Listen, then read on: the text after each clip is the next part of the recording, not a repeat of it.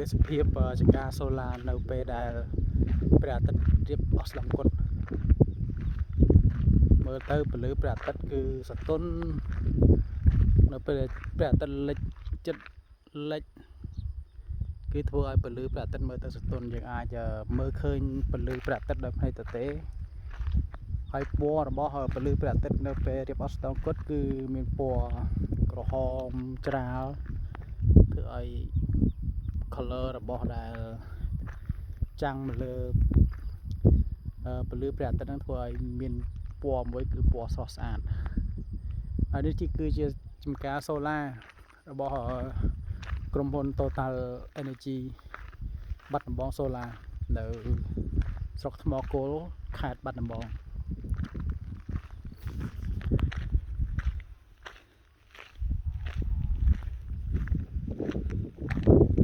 ស្រស់ស្អាតមែនតើទេសភាពប្រៀបដូចជា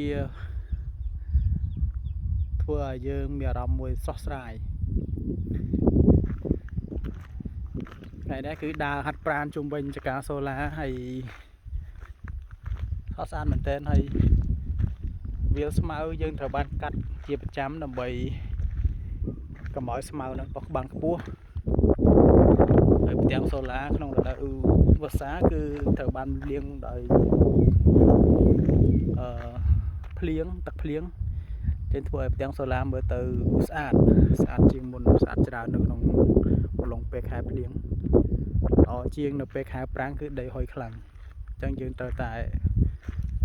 លាងផ្ទាំងសូឡា